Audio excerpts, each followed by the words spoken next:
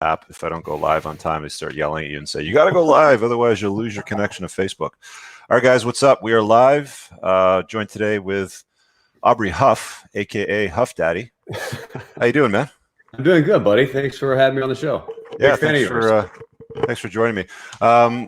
This is going to be a little bit of a shorter show because we've got some time constraints today. And I actually got some issues with my desktop, so I'm doing this from my laptop today. So I'm hoping you guys can hear me good. Just give me a quick yes in the chat so I know, because I'm not running multiple screens here. But Aubrey is a dude. I'm not even a baseball fan. Like I was when I was. You're from Canada, dude. Well, we had the Blue Jays, and we saw them win the World Series a couple times, and we went downtown and did the party and all that sort of stuff. But I lost interest in baseball when I was younger. So the series that I do here with Playing to Win, like I'm more interested in the stories behind the differences between playing to win versus playing not to lose. And I know you talked to Rolo a number of weeks ago, and we chatted briefly on the phone after that when we connected kind of in the Twitter DMs, and you've added me a few times on Twitter as well. And you're an interesting guy on Twitter. You've had an account that's grown very quickly too, huh? Yeah, it's so I didn't have much of a Twitter account or social media presence whatsoever when I played. I didn't want the distraction, right? I feel like athletes today are too much into, hey, look at me on social media kind of things. And it's a vast industry now and a big time moneymaker. So I get it now. I'm starting to learn how you can monetize a lot more on social media. And a lot of my Twitter account, I mean, you've read a lot of stuff. It's a lot of controversial stuff. But 50% of it's satire. The other 50% is a lot of it's me. So it's up to the follower to figure out which half is satire. And if you don't get which part's satire, then you're pretty much a dumbass. which is a good chunk of the population these days. Yeah, that's right. We got limited time. You reckon you got about 30 minutes before you got to run? No, I could probably do an hour. I could do 12:30 is fine. Okay, cool. So just give me a heads up when you got to run. You got it. So I want to start with the whole baseball thing, right? So your team, the San Francisco Giants, you were the first baseman, was it? Yeah, I was first base, right field. Okay, and you guys took the World Series a couple of years. Was it back to back, or was it over a number of years during your career? I was there from 2010 to 12, and we won 2010. We missed the playoffs in 11. We won it in 2012, and then I retired. But they won it again in 2014. So 3 out of the 5 years, I got 3 rings. Cool. What's that like when you're playing to win, like a World Series event? What kind of buzz goes on behind the scene? Because everybody watches you on TV and they got your cards and they have your little icon when they're playing PlayStation. It's funny because I'm not a sport guy. I don't watch team sports ever. I was talking to my brother on the weekend. I'm like, do you know a guy by the name of Aubrey Huff? He's like, yeah, he played for Tampa and he won the World Series. He was one of my favorite players when I was on the PlayStation. I'm like, oh, cool, man. I'm doing an interview with him on Thursday this week. Guess what? I play fantasy baseball too, man. Yeah. What was that all like for you, man? Like, like all behind the scenes stuff, because that's a serious win. Like that's got to be a huge high, right? Oh man, I got to tell you. I mean, when you're a kid, you dream of being a Major League Baseball player, and you don't really think about the money and the fame and all that stuff, and you dream about getting to a World Series and being the hero. And I remember going to Texas. We were playing the Rangers in 2010. Ironically enough, that's where I grew up as a kid, in the ballpark in Arlington, watching the Texas Rangers. I was a diehard Texas Rangers fan. And so ironically, we're playing them in the World Series. And in Game 3, I hit a 2-run home run to win the game in Arlington, the stadium I grew up in.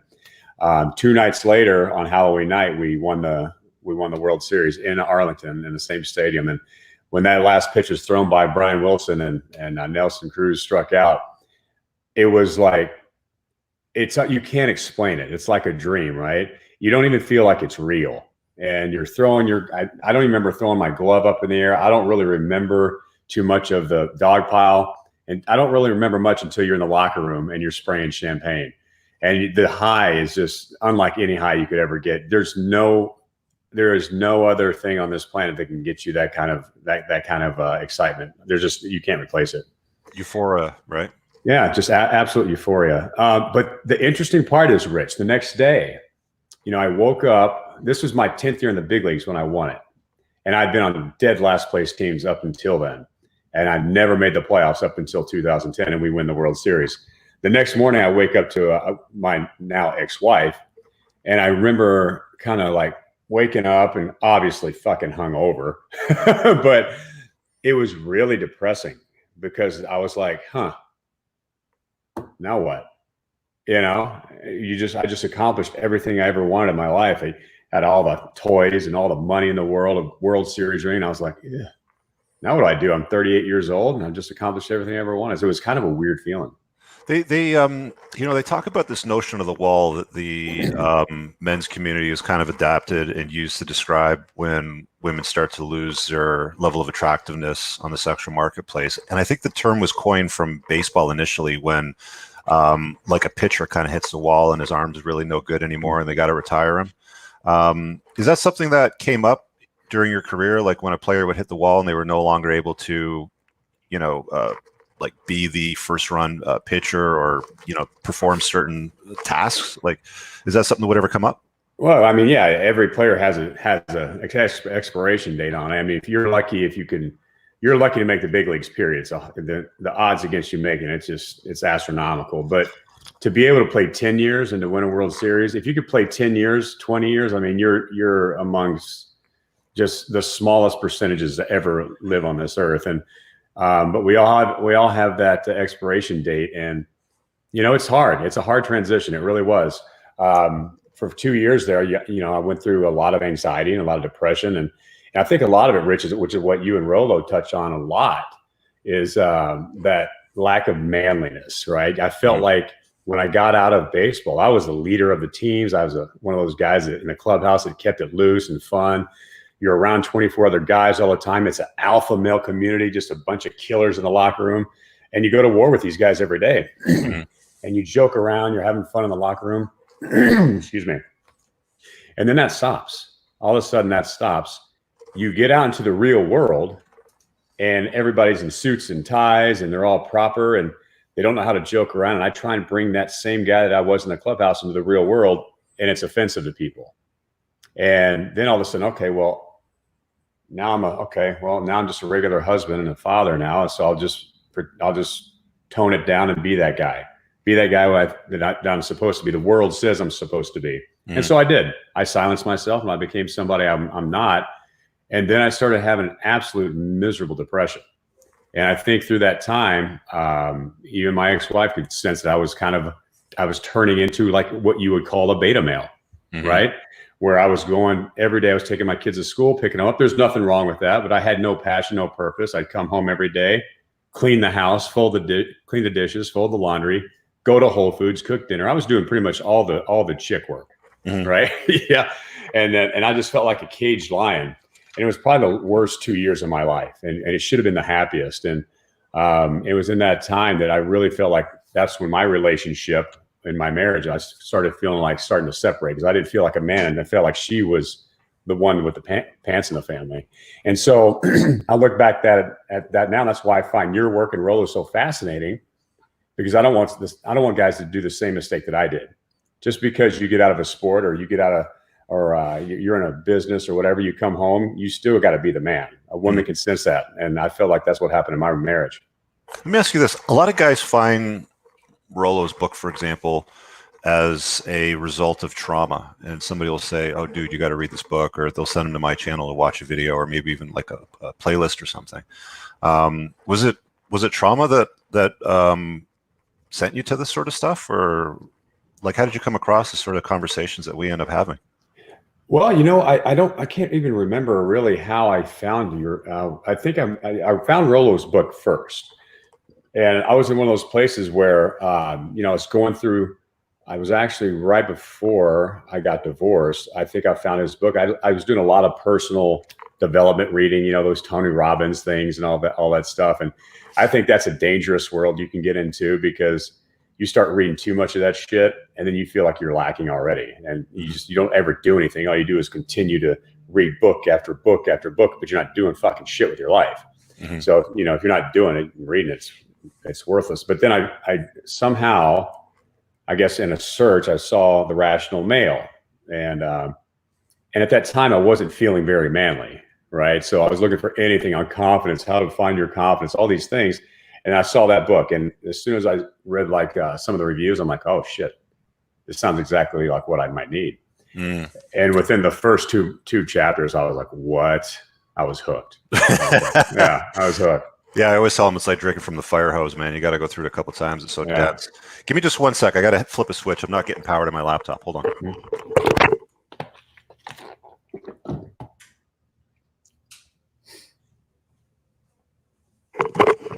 There we go. I don't want that battery to conk out while we're in the middle of this thing. Epic conversation we're about to have here, man. So back to the locker room stuff. So you're the fun guy in the locker room, right? You know, you joke around with your boys. You know, you try to do that today in the real world. Has that changed at all with locker room talk with sports teams? Like, are they still able to horse around and, you know, be men in a locker room, or is that changing now? Well, I don't know for a fact. I haven't been in too many locker rooms as of late. But I mean, just take, for example, I know some of the people over the last few years I've talked to with the San Francisco Giants. I've talked to several media members, and they'll tell me like, Aubrey, my gosh, the clubhouse vibe since you guys have left in 2010 through 12, that whole crew, you guys, that fun loving, exciting, fun crowd of guys that drink beers and have fun and have each other's backs, go out and party. Those guys are gone. All we have now is guys checking their Twitter feeds and sitting inside and playing on their iPads and not talking to anybody in the locker room. They get there as soon as they can, or they get there as late as they can for the game, and they leave as quick as they can when it's finished. No bonding, no nothing. I'm like, really? And I found that kind of crazy. And now, you know, obviously, I'm sure you've heard. You might not, since you don't follow too much sports, but No, I've heard what's going on. Like, I want to hit on this in a minute too. Yeah. The Giants hired their first female coach. Yeah. So that'll be an interesting dynamic in the clubhouse too. And I remember in 2010, Is she the head coach or does she coach? No. She's like assistant kind of coach. I'm not sure even what her role is, but she's on the staff. Okay. In 2010, to kind of loosen up the clubhouse before the playoff run, I was wearing a red rally thong, I would call it, just walking around the clubhouse just in a thong. And I got in trouble because the media had complained, the female media, that I was running around naked too much in the clubhouse. I'm like, well, shit, it's the man's clubhouse. It's the clubhouse for the baseball players. If you don't like it, you don't have to be in there. Mm-hmm. And now you're going to have a girl on the staff. And so it's going to be interesting to see how that plays out. And this is just the beginning, Rich. It's going to go all over the country. You watch. In the next 10 years, there's going to be women coaches in every sport. I did a video a couple of years ago about the pussification of the Western male. Mm-hmm. And it sounds like it's starting to infiltrate major league sports teams now. Like, even in the locker room, you can't be a guy anymore. Right. It's there's a female coach with the San Francisco Giants or San Francisco 49ers. Yeah. Ironically enough. So it's both of them are in San Francisco, the most woke city in America. How very progressive of them. Yes, absolutely. Absolutely. Equal work, equal pay. Yeah. Right. Yeah. So you've been the focus of some interesting shit lately on Twitter. Mm-hmm. You got a 10-year reunion for your team. You're expecting to go, and then you were conveniently uninvited, I think it was. Like, what happened there? Yeah, so I was just working out one day. I was in the gym, and endorphins flying high, having a great, I think it was a Monday morning about 3 weeks ago. And I got a call from Larry Baer. He's our CEO of the Giants. And I've had a great relationship with him over the years. And, I was curious to see his call. I haven't heard from him in a few years. And I was like, hey, because I was expecting, okay, it's Larry. Hey, he's going to invite me to the 10-year reunion. We all knew it was coming. We just didn't know when. So I'm thinking, oh, here's the invite. Pick it up and say hi. And we kind of chit-chat, get to see how everybody's doing, checking in on families. And he says to me, so Aubrey, I hate to say this, but the board is in unanimous decision not to invite you to the 2010 World Series reunion. Mm-hmm. And Rich, I got to tell you, I thought he was joking, so I kind of chuckled. And you got to remember, in 2010, I was 7th in the league in MVP voting. I led that team in everything offensively. There is no reunion without me in the middle of the lineup. Now, we had fantastic pitching and we had great pieces throughout the lineup. But, I think the contribution I had throughout the year, full season, speaks for itself. And I basically told him that on the phone. And he goes, yeah, I know, that's what makes this so hard. And I said, well, can I ask you why I am not invited? And he said, well, the board, my hands are tied, and they really, it's your Twitter account, Aubrey. It's just too controversial, and we just don't, we can't stand behind it. I'm like, well, what tweet? And he goes, well, I don't know. It's just, they just don't like your Twitter. I'm like, okay, hold on. Is it more than that? Is it more than that? Okay, Larry, is it maybe possibly because I support President Trump? And there was kind of an awkward pause. And he was like, well, that may be some of it, but mostly the consensus is that your entire Twitter, which a lot of my Twitter is half of it's probably support of President Trump. So, he didn't really go out and say it. He was very vague, but I know that's what it was.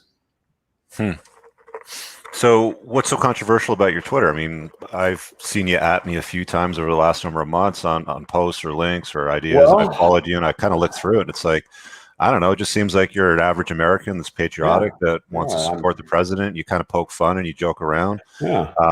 I saw the other day that you were in Twitter jail for a week. What did they block your account for? Oh, because I had mentioned shooting Antifa in the kneecaps. Somebody's going to shoot Antifa in the kneecaps for attacking innocent civilians on the street.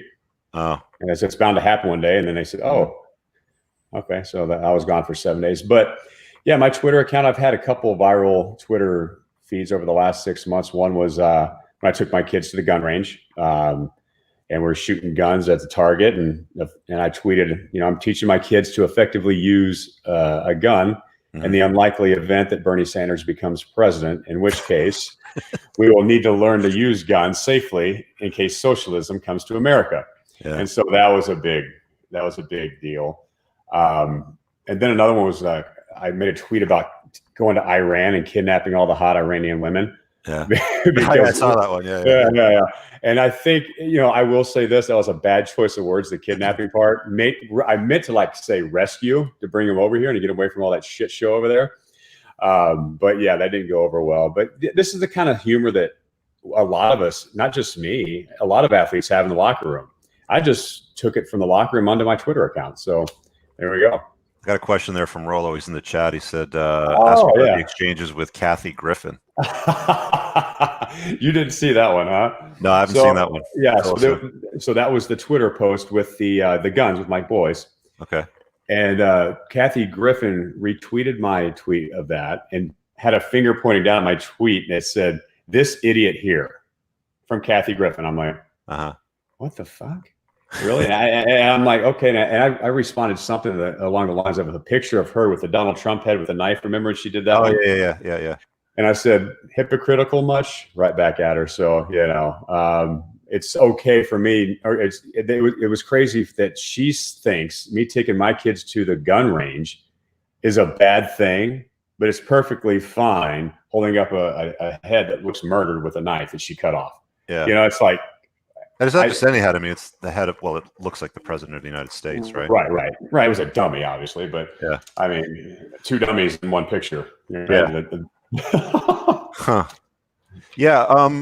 Did you see any of this nonsense coming? Like, you play baseball. I mean, you're a professional athlete. I know that when you're talking to Rollo, your underlying thing, your kind of passion is really being an artist and your stick figure art and all that sort of stuff. But I mean, is this a surprise to you?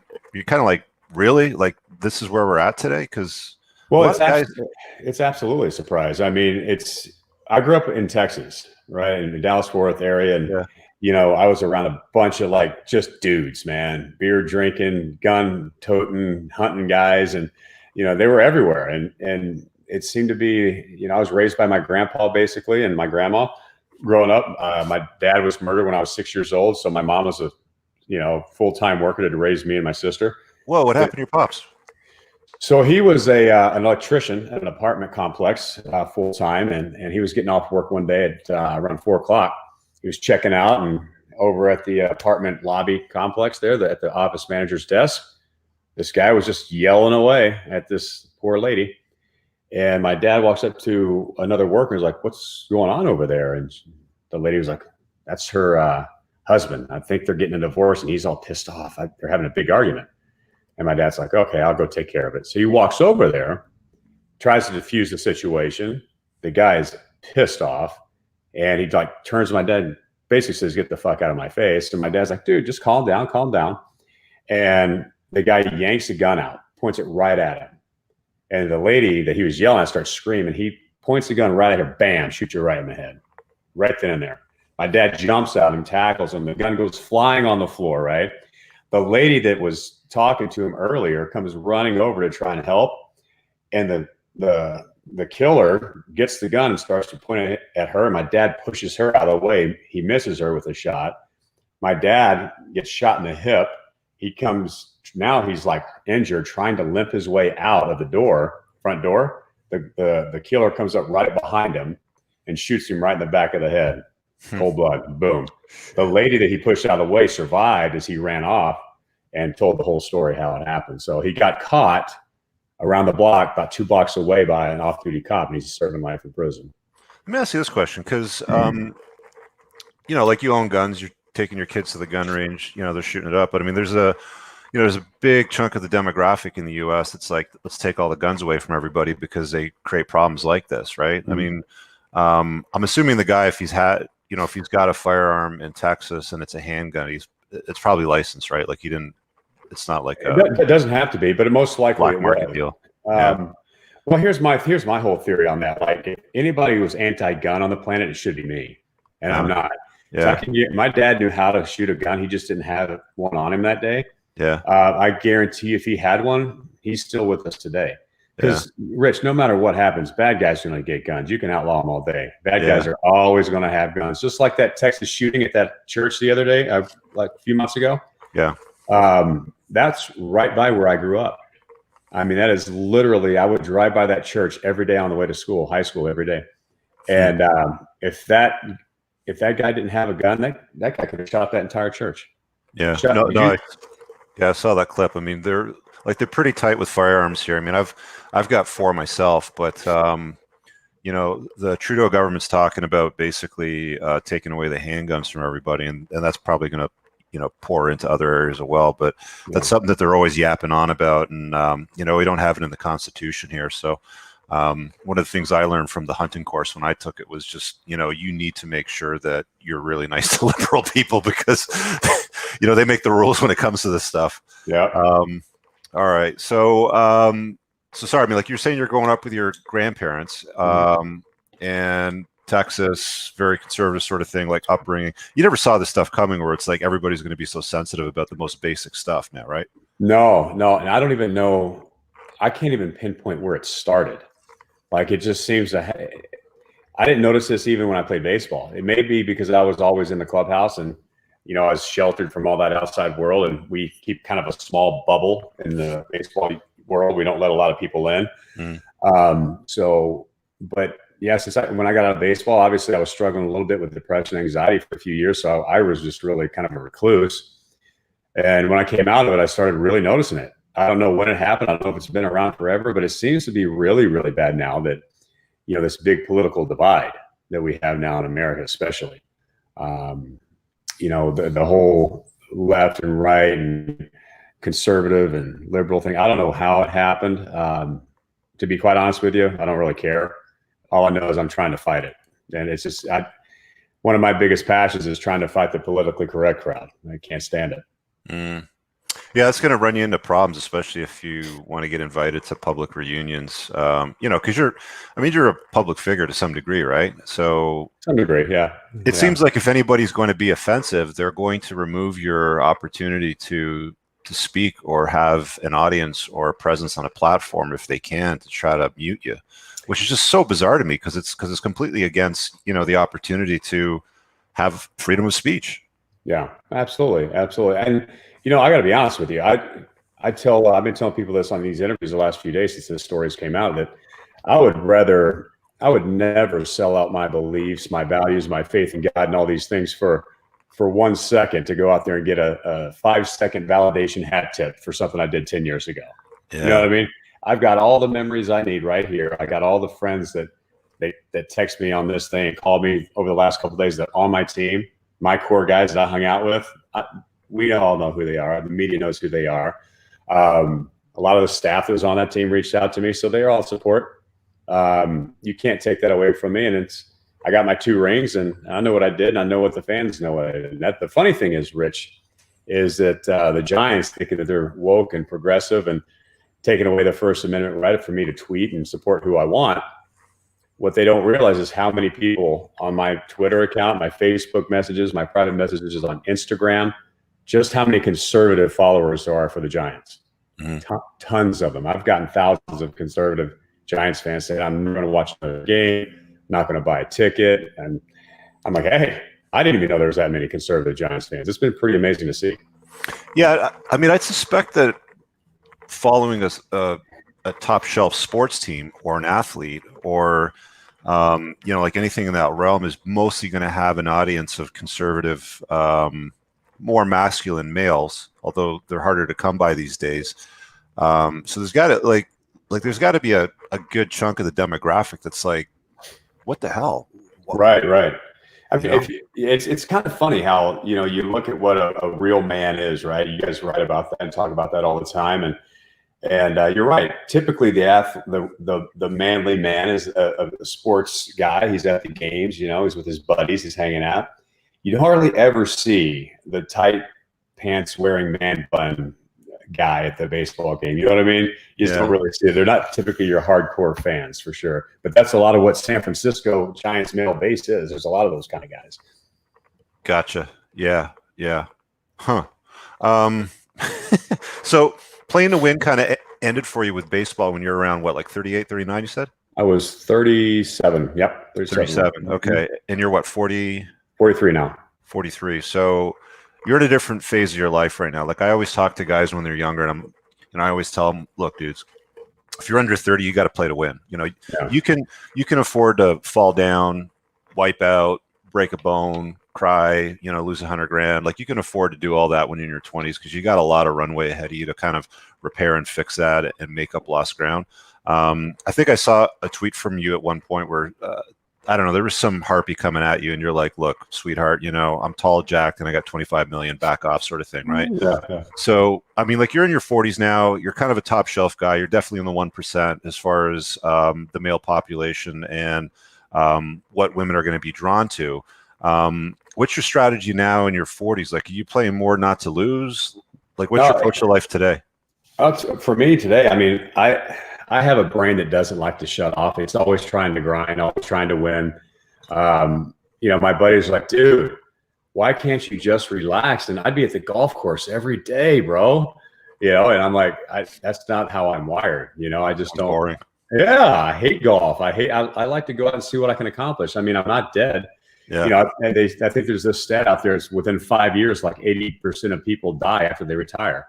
Within 5 years. And I'm like, holy shit, I can certainly see that because the 5 years after I retired, I almost felt dead. And there was times I wanted to kill myself because it was that passionless. So now, now I'm relaunching this podcast going on, and I'm kind of, I think I'm seeing myself inch my way into this little political sphere, conservative political sphere. And that's a really fascinating thing. I'm going to the Donald Trump rally tomorrow in Vegas, which will be a good time, and meeting some of his people.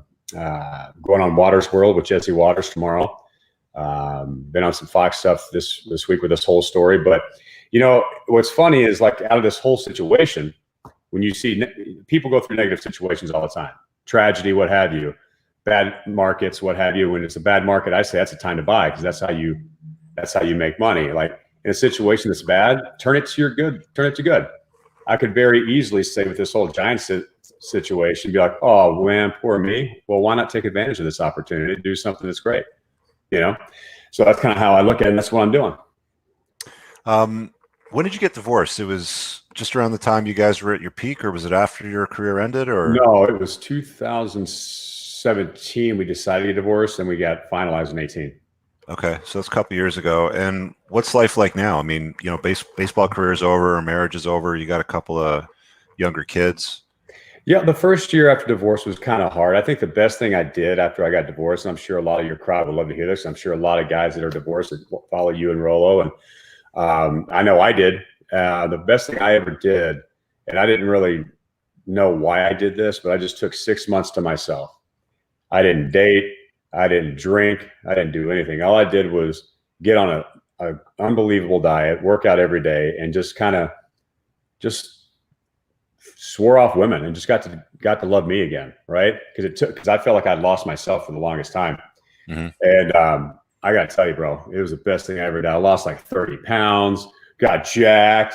Then when I went back out there into the dating market, I looked good. I felt good. And it was just like, I don't know, man. I wouldn't say it was let's just say it wasn't hard to find dates. Yeah. Well, it's harder for some guys for sure. You're in your early 40s. How long were you married for? 13 years. So 13 years. Okay. So you're released upon this new world as a single guy. 11 years. 13 years was my baseball career. 11 years married.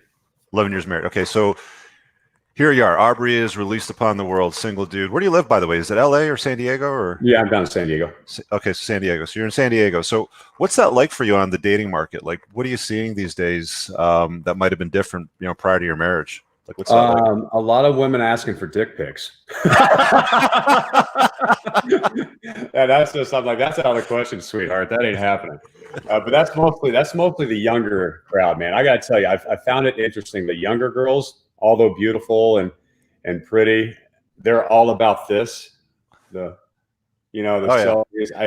If I go on dates now, I have to have their Instagram and check and see if they're selfieing too much. If they selfie too much, I'm fucking out. Yeah. I don't care who they are. And they just seem to be so into themselves and so about they're so insecure. And I don't know, man. I just wasn't into the younger girl crowd. And then, you got the ladies around my age or a little older that have been divorced, and they seem to be pretty broken up and bitter and have their own issues. And the girls that seem to be like good to date are the ones married that are around the 30s, 32.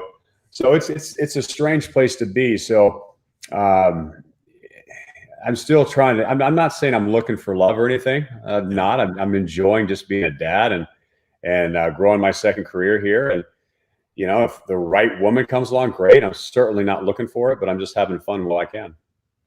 Cool. And what about liberal women? Do you ever date those? I mean, you're in California, so there's loads of them, right?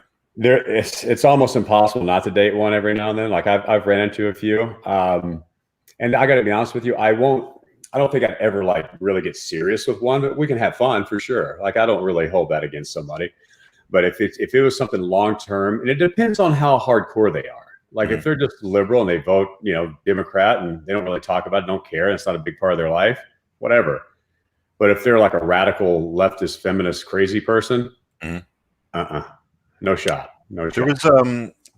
There was an audio clip of a radio interview I think you did on Twitter. The guy was grinding your gears over a joke you cracked over the female coach for the team that you prior played for, and I think you said something about just female nature, being somewhat emotional or something like that. And you just kind of flew off the handle. You're like, dude, this is how I talk. This is me. If you don't want me here, then why are we having this conversation? Yeah.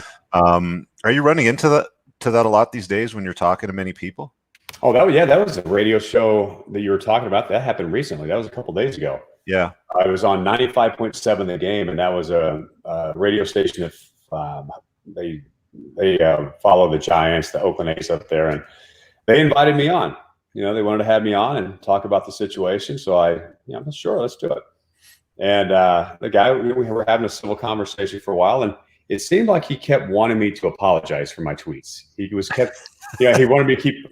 Do you feel remorseful? I'm like, no, not really.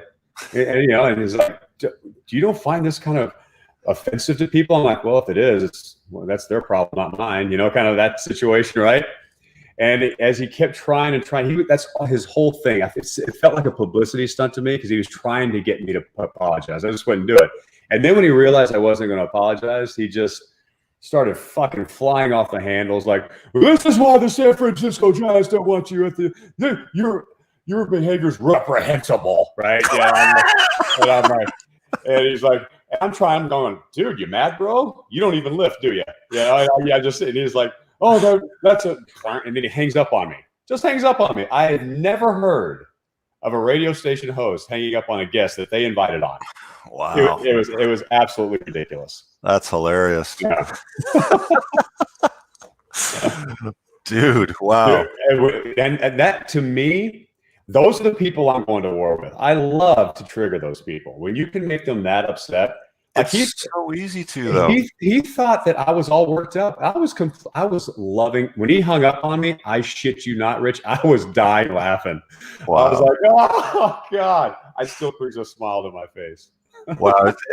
it's almost like it's gotten to the point where you get a call for an interview or a commentary piece. You might as well run your own camera on the side just to capture it when they freak out, so you can make sure they don't, cut up the edit too badly and ruin you. Wow.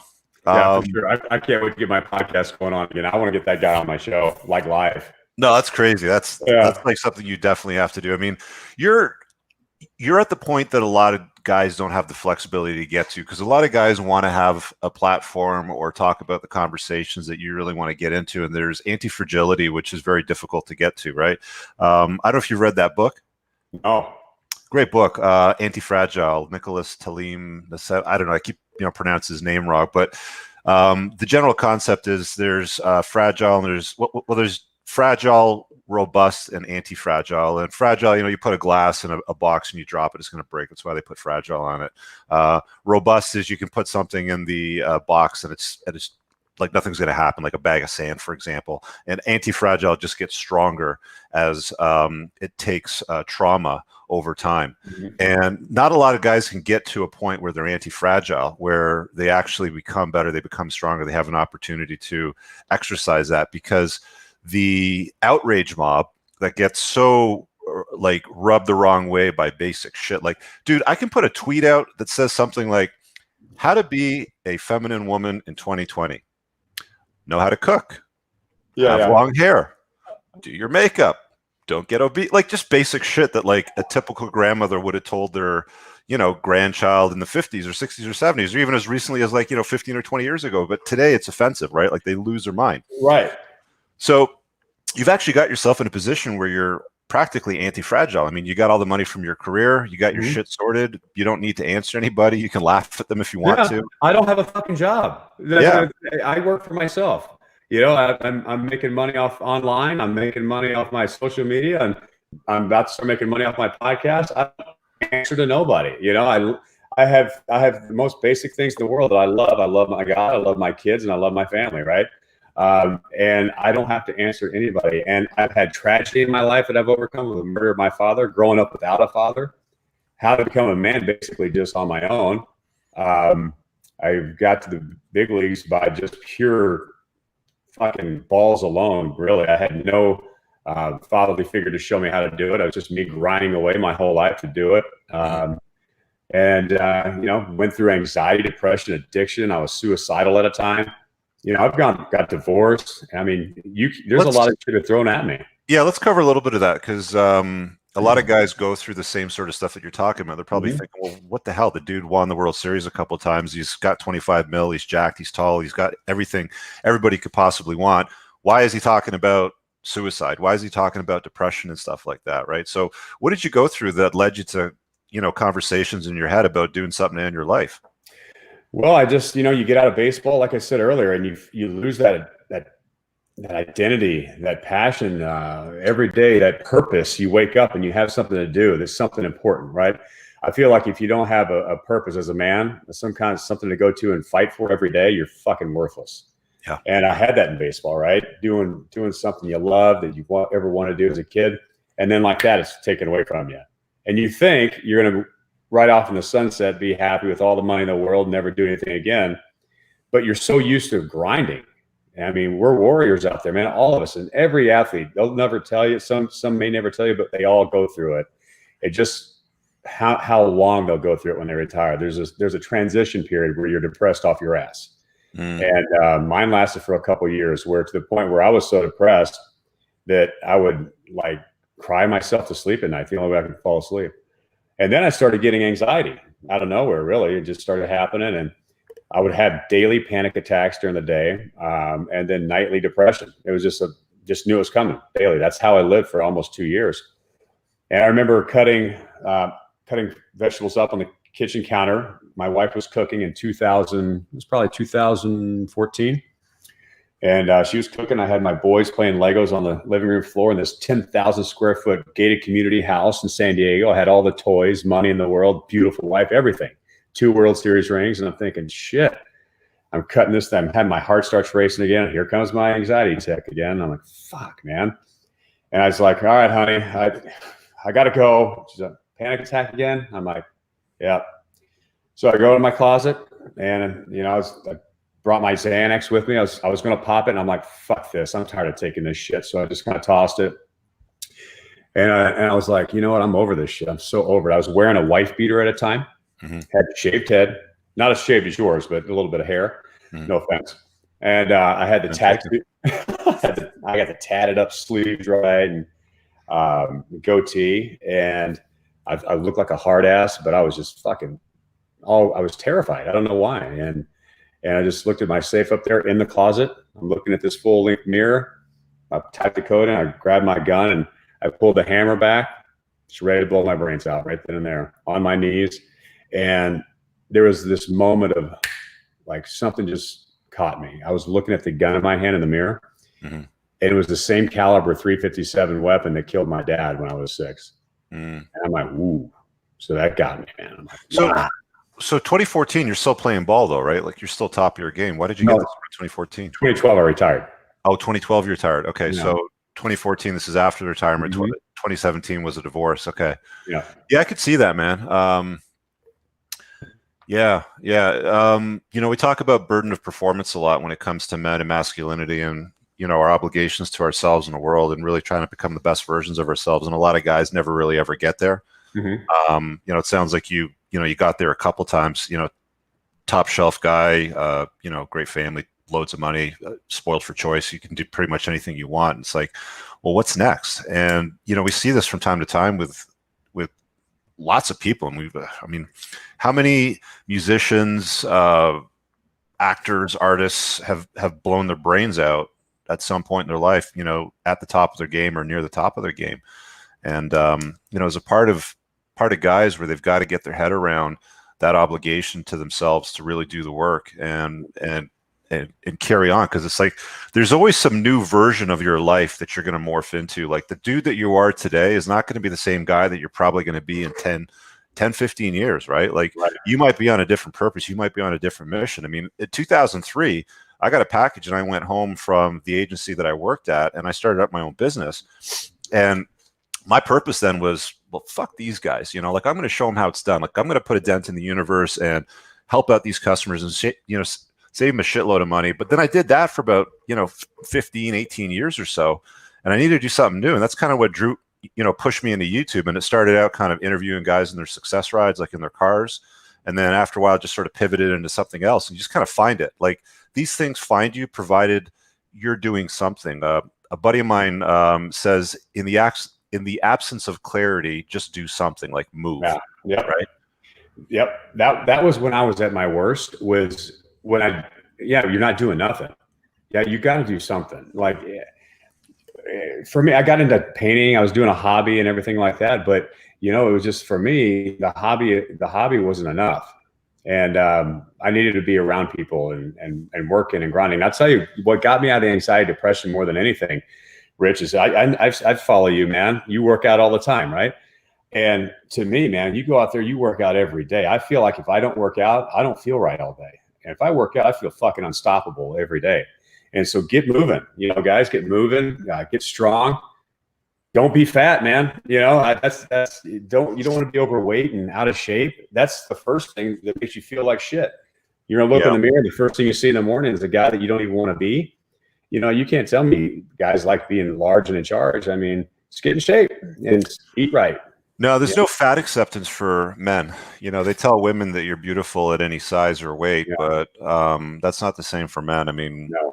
Women only want the top, 20 out of percent of guys they can get their hands on. And that doesn't include, fat guys really, right?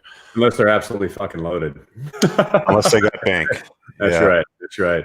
What do you think about all the conversations that we have in this men's community around, concepts about the reality of the world around the red pill? Like, is this shocking to you? Or are you kind of like, yeah, that's kind of makes sense? In what way? What do you mean? When the student's ready, the teacher's going to show up at some point. So, when you start reading books like The Rational Male or people start watching my videos or they hop into like a Rule Zero broadcast, the guys that aren't ready, like the white knight sort of dudes, they're going to swoop in and try to defend, the honor of Milady and all that sort of stuff. And there's other guys that are just like, oh, I get it. Like that's what I did when I got into Rollo's book. Like I kind of started with Aaron Cleary with Bachelor Pad Economics, which is another good starting point for guys. And then somebody else recommended reading Rational Male 1. It was like after a couple chapters, I'm like, oh, starting to make sense now, man. You just kind of keep going down that rabbit hole. But, for some people, they're not ready for that information yet. Like, I'm just wondering how you take it all. Like when you have conversation, with your friends, do you have conversations with your boys about stuff like this? Oh, absolutely. My boys are 11 and 9. And I tell them all the time, guys, one day, when you start dating, I got a rule. So, and I'm like, guys, whenever you see a beautiful woman, just remember every other guy's calling her beautiful too, right? You don't have to, right? As a matter of fact, you kind of play the opposite. You got to be the prize, right? You're the guy. Let her chase you. If you give her a little standoffish, and you become a little mysterious to her and not kiss her ass and put her on a pedestal, trust me, every other guy is. That's not fun to her. She wants what she can't have. Be what she can't have. And they're like, really? And you can tell just from the young kid's standpoint. And I didn't believe that shit when I was younger. When I was in high school, I was like, ooh, I gotta get her some wine. Let's go to Applebee's and some roses. I'll wine and dine her. And then all of a sudden I've never got another date with this girl. And then she's dating the high school middle linebacker, right? I'm like, he's an asshole. Yeah. I don't get it. He's such a dick. And I'm trying to be the sweetheart, right? And that's what the world tells you that a woman wants. Yeah. And it's such bullshit. And then they'll scream and holler like we're all the real men but all the world is knocking real men down on their ass 24/7 every day. So, that's what I tell my boys. I mean, listen, the hotter they are, the more standoffish you are. And actually, if they're ugly, you want to be more nice to them, right? You don't have to be with them. Just be nice to them. You know what I mean? Is San Diego a very liberal sort of feminist city? Like I've been to LA a couple of times, but I'm assuming it's pretty much the same. Yeah. It's fairly liberal. Yeah. But it's not as bad as North California is the cesspool. Once you get up towards San Francisco, and you go to Oregon and stuff like that, holy crap. But you get down more south, and if you go inland more in California, you're going to get a lot of conservatives. It's really a red state once you get past the water, more inland. Yeah, I've always noticed that the large coastal cities tend to draw more of the red votes, and then outside of that, they're more of the blue votes. It's even the same thing here too. Like when you look at the collection of the tallies at the end of a election cycle, whether it's provincial or national, it's pretty much the same thing. Which is, I don't know, man. It's really bizarre to me the way that the voting demographics work. It's hard to explain, and I don't see it getting any better or to any guy's advantage in the future. I feel sorry for men today. I feel like they've got they've signed up for something that they don't fully understand, and their belief system is leading them astray or into a direction that just lets them down so badly. You know what I mean? It's why we kind of talk about the stuff that we do and the conversations that we have and the broadcasts that we do. Rulo's saying in the chat, San Diego's hella TradCon. What do you think of TradCons actually? The traditional conservative sort of approach to life. I don't know, man. I'm not really into all that kind of talk, but I feel like a lot of this stuff is just common sense, right? I mean, I think the more you live, how old are you, Rich? You're 40 something? 46. Yeah, I think once you turn 40, man, you've seen it all, and if you haven't figured it out by now, you're never going to fucking figure it out, right? As far as women goes, right? And you mentioned earlier about men today are so confused, and it's one of these. It's the world going now. You don't even know how to be a man. A lot of people don't know how to be men. That's why I'm fighting so hard now to fight this politically correct BS going on. And I've gone through that divorce machine as well. You know what I mean? And it's if you can't see that it's totally against men, then you're blind.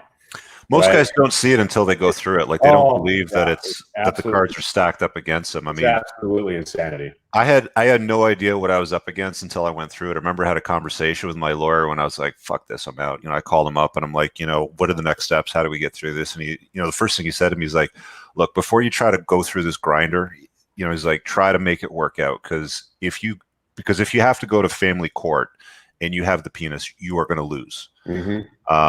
So that was a big shock to me, dude. I was like, "What?" You're right. I got a prenup. I was told everything's fair. Women have equal rights today. Me too. I had the same thing. Absolutely.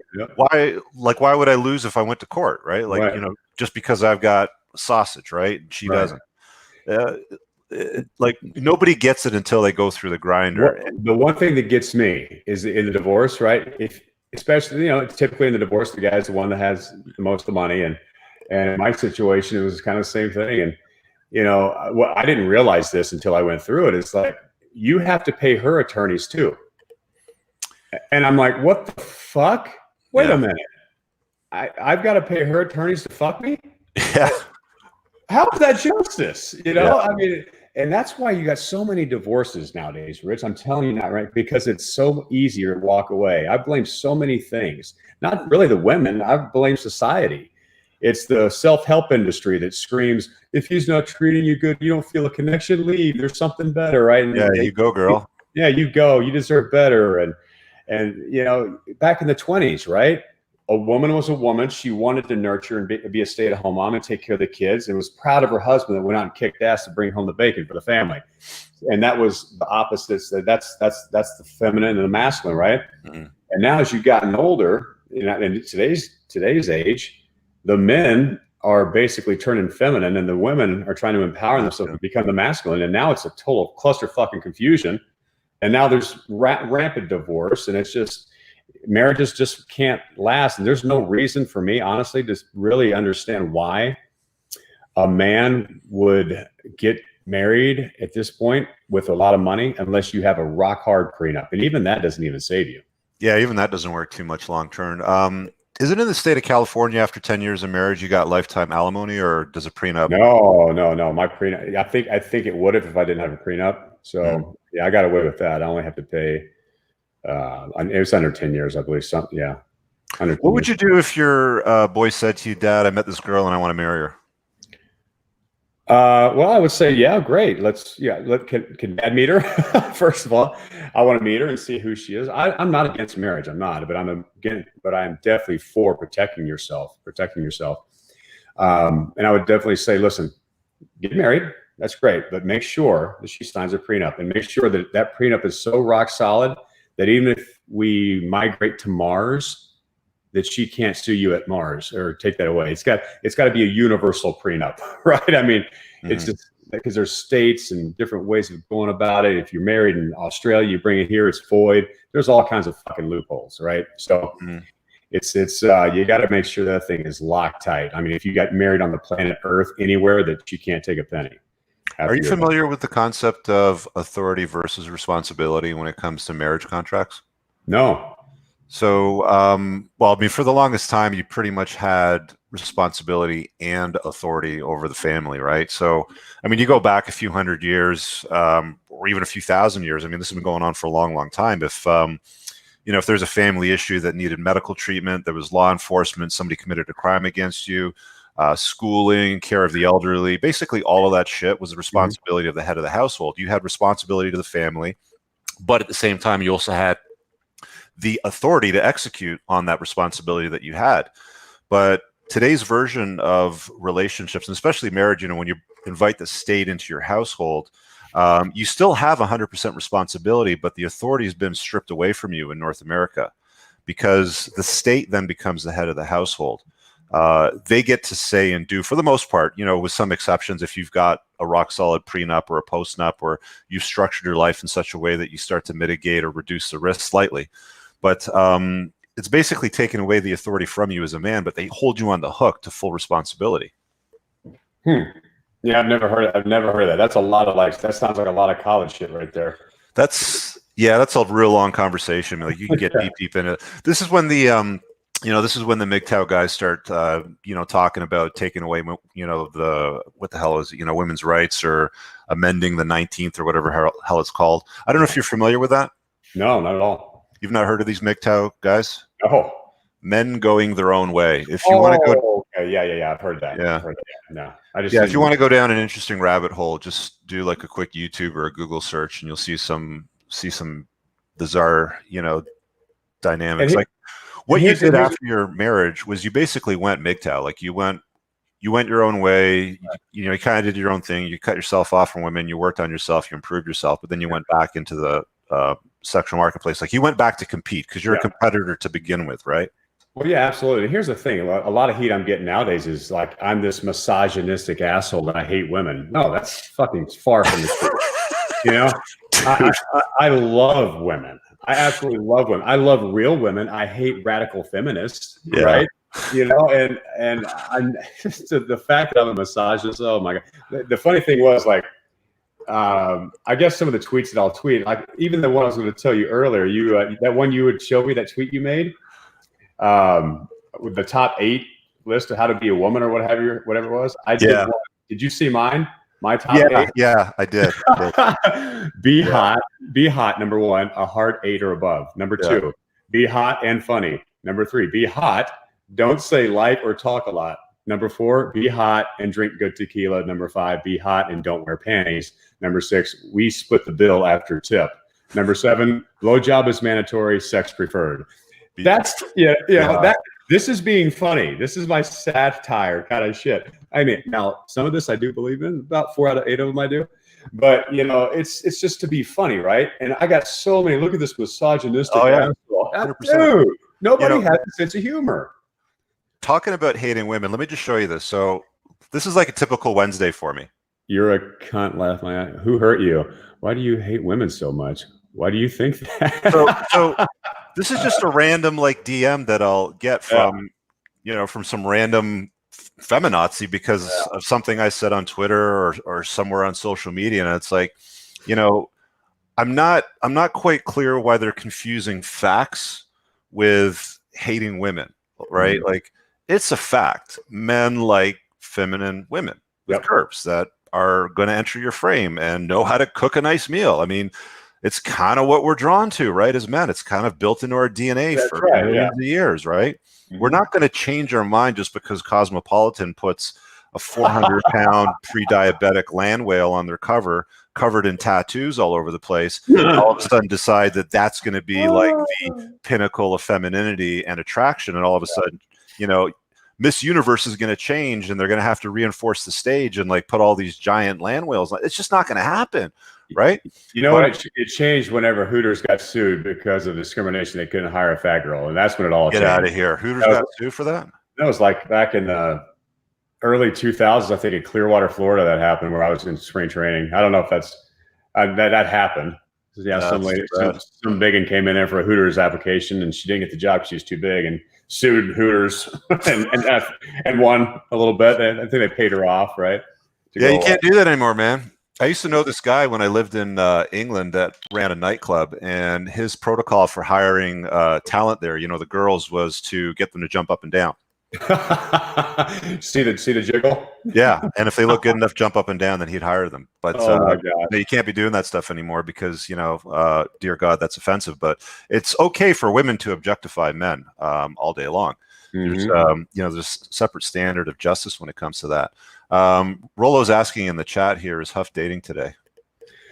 Well, yeah. I mean, I'm not serious with anybody, no, but I am dating. Are you in the spinning plate phase? Pretty much. Let's just put it that way. Yeah.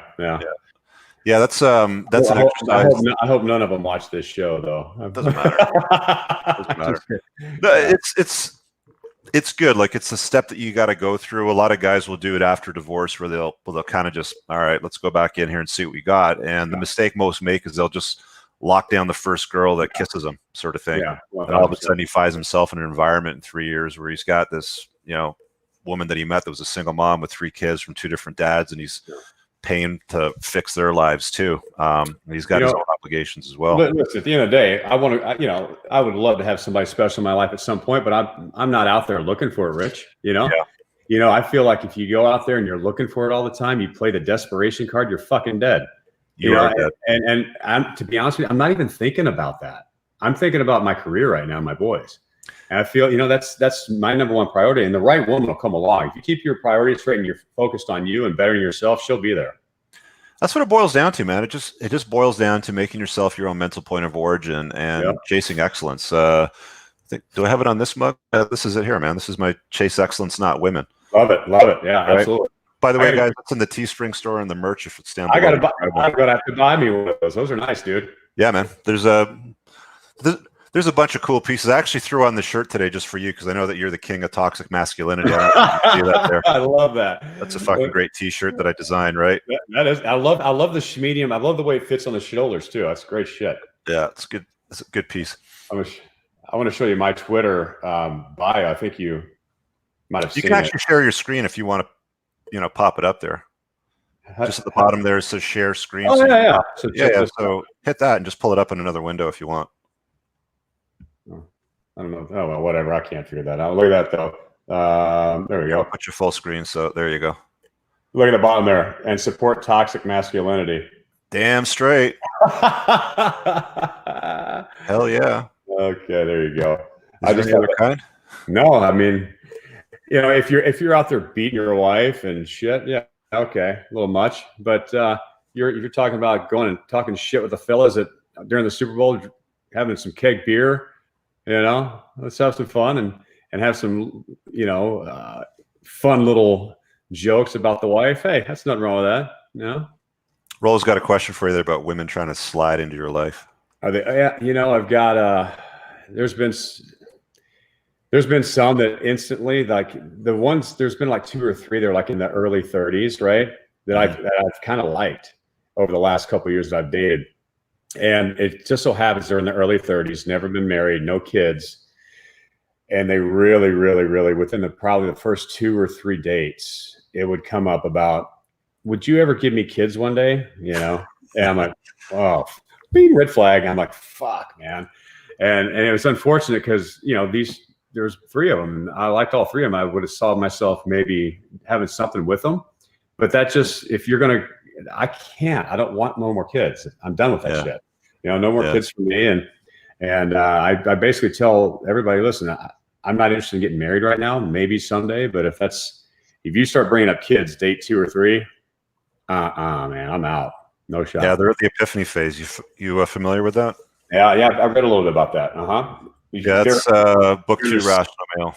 Yeah, they're like 29, 27, 28, 29, 30. Definitely after 30, they're at the epiphany phase where, their body's yelling at them, going, hey, lady, where's the babies? Yeah, and they're panicking because all their other friends have babies and families and husbands. And then their inability to plan all of a sudden gets thrown in your life as an emergency immediately, and they're looking for somebody to wife them up and stuff them full of babies. But you got to be careful, man. I think I think a lot of guys, when they kind of get their head around it, they get out there, they start to realize you're in your 40s, you got your money right. If you look good, if you got your health together, if you don't have baby mama drama and you got a good relationship and your kids are solid and they're not pricks sort of thing, you're pretty much spoiled for choice. I mean, you're right at the top. You're at the 1%. I mean, you can do whatever the hell you want, right? I mean, your best ROI is usually going to be at women under the epiphany phase, because when you start to get into the women in their 30s or higher, it's like you said earlier, they bring a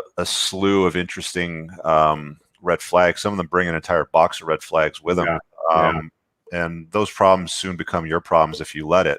Yeah. So it's really just enforcing boundaries. But I mean, even saying that, even having that basic conversation between you and I right now, I guarantee there's going to be a comment from some crazy toxic leftist feminist, tomorrow. How dare you? Women are great, and why would you not take on these women just because of kids or because of student debt or something like that? It's like, this is the world we live in today, ladies. You guys want equality. You want to be. You want everything the same. You want equal opportunity and all that. We're not here to fix you anymore. Yeah. We're done because we don't have any authority anymore. That's right. That's really what it boils down to. Like, as a guy, you don't have any authority in a relationship. And even if you try to create some authority or have her in your frame, it's constantly going to be tested. Yeah, for sure. It's always going to be tested. Yeah, I got to tell you, Rich, it'll take a very, very, very special lady to lock me down right now. And the way I am in my life right now, I'm solely focused on my little men, growing them up in this crazy world, and just continue grinding my life away and working and pushing. I love it. I love it when I've always been kind of that loner rebel kind of guy, and you're not going to tame me, baby. And you got to be one special lady. How much more time you got before you got to run, Bo? Well, they're got a text. This is 10 minutes ago. They're about probably 5 minutes away. So all right, I should cool. got to get out of here. All right, so let's wind it down. I got Rolitz mentioned in the chat a couple times coming to Vegas. I don't know if you saw that ad. Yeah, I did see it. He's invited me. What month is that? Is that March? April 18th. We're doing a live event for Rule Zero. Okay. Yeah. In Vegas. So just shoot us a DM for the specific details because it's not a public event, but we'll let you come in as a public dude just because we like you. Awesome, buddy. Thanks, man. That'd be fun. I'm always looking for a chance to go to Vegas. We can find a really nice woman there for me. Yeah. Well, what we'll do is we'll get you squared away. We'll get your head on perfectly right so that, as you leave that sort of event and that weekend with us, you're going to be able to approach life, with a bit of an updated lens. Dude, I'm glad you carved out some time to have a conversation with me. I wish you all the best with the podcasting and everything you're doing going forward. It's a great position to be in, to not have to worry about somebody cutting off your paycheck or firing you because of your opinions or what you want to say or do, and having the flexibility to broadcast some great ideas to younger generations, and even have the opportunity to raise a couple of, boys into some great men. Yeah, Rich, thanks for having me on the show, man. You're a good dude, buddy. Let's do it again sometime. Thanks, see brother. you in Vegas. All right. Ending broadcast. Thanks for watching, guys. See you later.